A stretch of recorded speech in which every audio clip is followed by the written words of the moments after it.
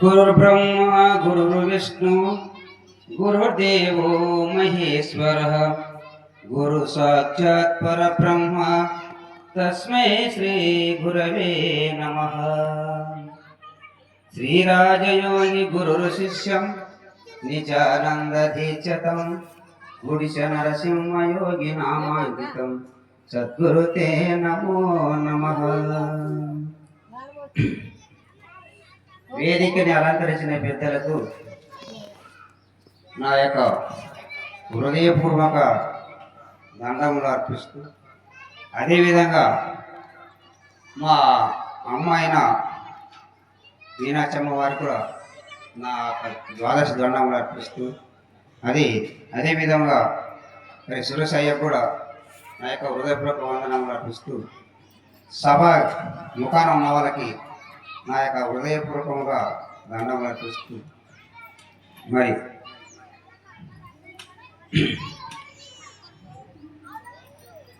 ఉదయం నుంచి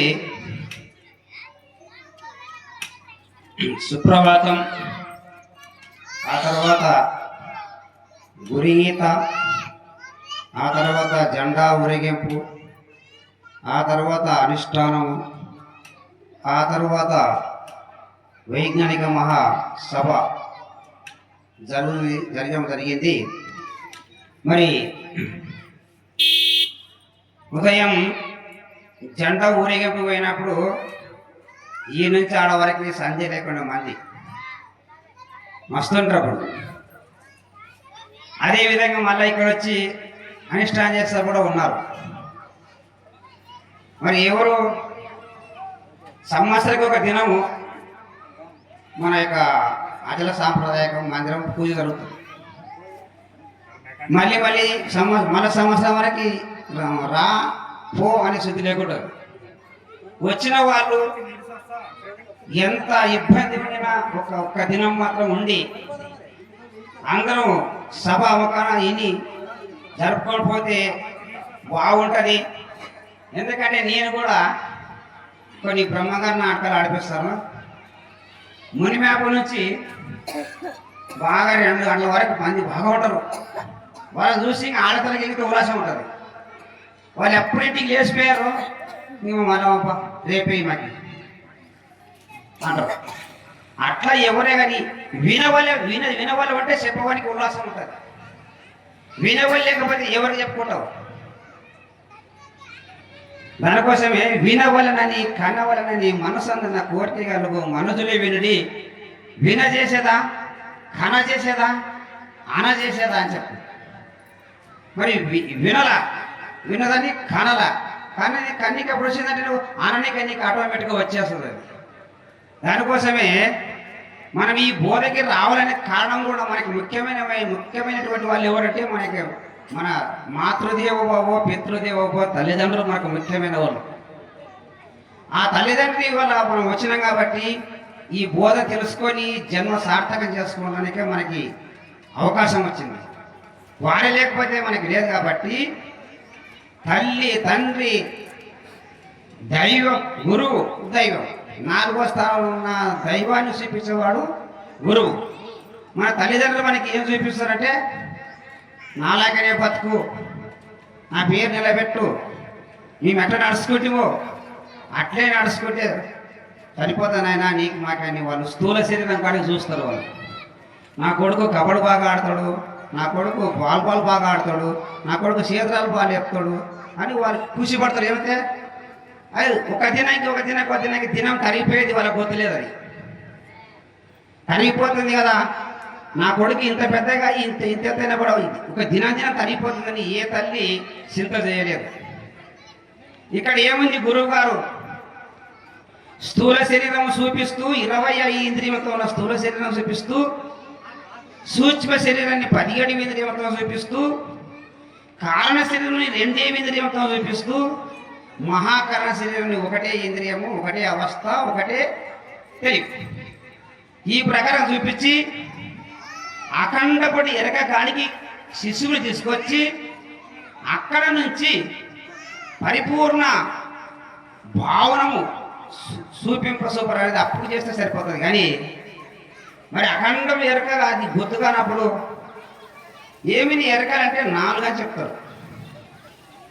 స్థూల శరీరం అన్నది మలినప్పుడు ఎరక, ఇంద్రియమతో కూడుకున్నది. సూక్ష్మ శరీరం ఉన్నది మిశ్రపడి ఎరక, ప్రాణము మనసుతో కూడుకున్నది. మరి కారణ శరీరం అన్నది కేవలపు సాక్షి ఎరక, కేవలపు ఎరక సాక్షి. మరి మహాకరణ శరీరానికి అఖండపటి ఎరక. అటువంటి అఖండపటి ఎరక యందు మనం ఏమి చేయాలన్నప్పుడు ఆ అఖండపటి ఎరకనే మహామూర్ఖమైనదని మన శివరామతీర్థుల వారు మనకు తెలియజేశారు. ఇది అటువంటి అఖండపటి ఎరక నుంచే దిగజారి వచ్చింది ఈ యొక్క భ్రాంతి. భ్రాంతి జీవుండు దేవుండు, భ్రాంతి ఆత్మ, భ్రాంతి ఇగములు జగములు, భ్రాంతి గురుడు. భ్రాంతి లేనిది మహాభట్టబయలు కేవలాత్మ అని చెప్పారు. అయితే భ్రాంతి జీవుండు, భ్రాంతి దేవుండు, భ్రాంతి ఆత్మ కూడా భ్రాంతి. భ్రాంతి గురుడు, గురుడు కూడా ఎందుకంటే వాడి అశరీర పద్ధతిగా ఉన్న గురుడు కేవలాత్మయే తానే కేవలాత్మ తానుడు. ఈ కలియుగమున కారణాచార్య వచ్చి అట్లు కరణ చేయకుండా ఈ నరునికి ఎట్లా తెలుస్తుంది అన్నప్పుడు కూడా ఈ గురుడు కూడా కేవలాత్మయందు కడివెళ్ళే శరీరం అందు అశరీర పద్ధతిని మేల్కొన్న వాడు తాను మరొక కొత్తగా నూతన శరీరం తలుసుకొని సుశ్రీకితకై వచ్చాడు. కాబట్టి భ్రాంతి గురుడు. భ్రాంతి లేనిది బట్టబయలు. ఆ యొక్క బట్టబయలు తెలుసుకోవాలంటే గురుముఖత తెలుసుకోవాలి. కాబట్టి ఇతరులకి ఎవరికి తెలియదు. కాబట్టి ఇది ఎట్లా ఉందని విచారణ చేసినప్పుడు పాప పుణ్యములకు మూలమైంది. ఇది పాప పుణ్యములకు మూల ప్రకృతి ఎరుక భ్రమలు కలిగించి బహువిధ శ్రమలు పడుతూ అట్టి ఇంద్రియ విషయములను అంట ఊర్చి గురుని మంత్ర అగ్ని జ్వాలలో ఊర్చి ఇప్పుడు ధూపముగా వేసితి, ఇక నా పుణ్య పాపములు వాసితి. ఈ పునర్జన్మము నెగరగొట్టి కంటి పాపంలో ఉన్న ప్రకృతి నేను అనే భ్రాంతి ధూపం ఎవరు వేస్తారో వాళ్ళు ఈ ప్రపంచంలో ఈ జగంలో ఉండి లేని వాళ్ళే అశరీరులు. మరి ఊకయ్యం ఒట్టి మాటలతో చెప్పేది కాదు. ఇది పాటలకి అప్పదు, మాటలకి అప్పదు. ఇది మరి ఆచరణ ఉన్నది. ఆచరణ పద్ధతి చేసి తాను మేలుకొని ఇతరుని మేల్కొల్పడానికే ఆ యొక్క ఎట్లుండని చెప్పినప్పుడు పుట్టుట గిట్టుట లేకను పుట్టే గిట్టేది ఎరక పోడి మేరకను చెట్టు వల్ల కదలకుండాను బట్టపై చెట్టు తిరిగి భావింపదగును ఎరక లేక సేవింపదగును. ఎరక లేక మరి ఒట్టి ఆశ చేత పట్టు వరకు ఈ గుట్టు దేశికనుట గట్టిగా తెలుసుకొని మరి ఆ యొక్క పరిపూర్ణ పరభావ్యమందు ఏ రూపకరంగా మనం పోవాలని విచారణ చేసినప్పుడు హనుమంతరాజయోగి ఆ పరిపూర్ణం గురించి మహానుభావుడు చెప్పినాడు. ఎట్లుంది పరిపూర్ణం అంటే జీవేశ్వరహితం అచలం, భావ అభావం లేని భయలే అచలం, కేవల ఆత్మయే అచలం, స్థావర జంగములు లేని సాక్షి రహిత అచలం, సాధన రహిత మోక్షాతీత అచలం. సాధన చేత మోక్షాతీత అచలం.